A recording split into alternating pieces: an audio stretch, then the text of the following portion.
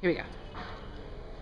My name is Marcus Gardley, and I'm the playwright who wrote The Road Weeps, the World Runs Dry, which is the third installment in an epic trilogy that I'm writing about the migration of black Seminoles from Florida to Wewoka, Oklahoma. Wewoka, Oklahoma is considered the first incorporated town by African Americans in this country of the United States, in this country. And I wrote the impetus for writing this play was my dad is from Wewoka, Oklahoma, and we used to have family reunions there. And my favorite author is Toni Morrison, and so she writes about all black towns. And so I decided, well, I would be really great idea to write about Wewoka since I knew it was an all black town and it was the first. And the more I did research on this town, I realized that it was founded by both American Indian and African American people who identified as freemen. They were black Seminole. And so I did a lot of research and a lot of reading, and one day I got the courage enough to ask my dad about did he know that there were black Seminoles there, and he said to me, yeah, we're black Seminole, and then walked away as if it was no big deal. And I realized that there was a lot of secrecy in my family about their ancestry, and so I knew that I was propelled to finish this play, and it was something in me that I had to discover and figure out. And so for me, a lot of my plays deal with identity because I'm really interested in how people identify and why they identify in a certain way. And so the idea that certain African Americans have Native ancestry is something that's prevalent in the culture in and of itself.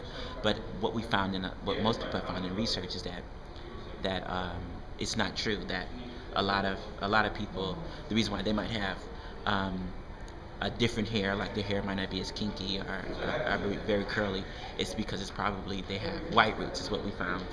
And so I always knew that I have, like my great grandmother, I knew she was white, she identified as white.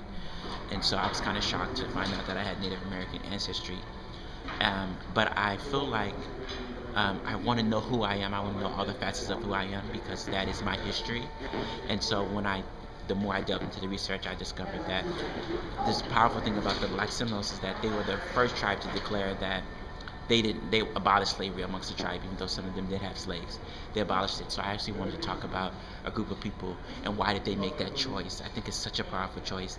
And they, of course, married some of the African Americans who they had as slaves at one point, and then they migrated from Florida to Oklahoma with their wives and their children. And that journey was very tumultuous. That journey was very hard for them.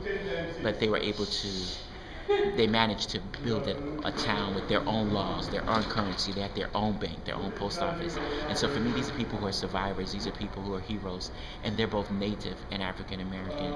And in this country, I think I feel like people are often forced to identify one way or another. And I think that is a tragedy because in this country, no one to me is full-blood anything.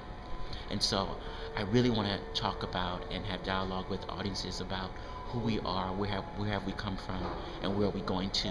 And for me, that is the purpose of writing plays. That is the purpose of theater.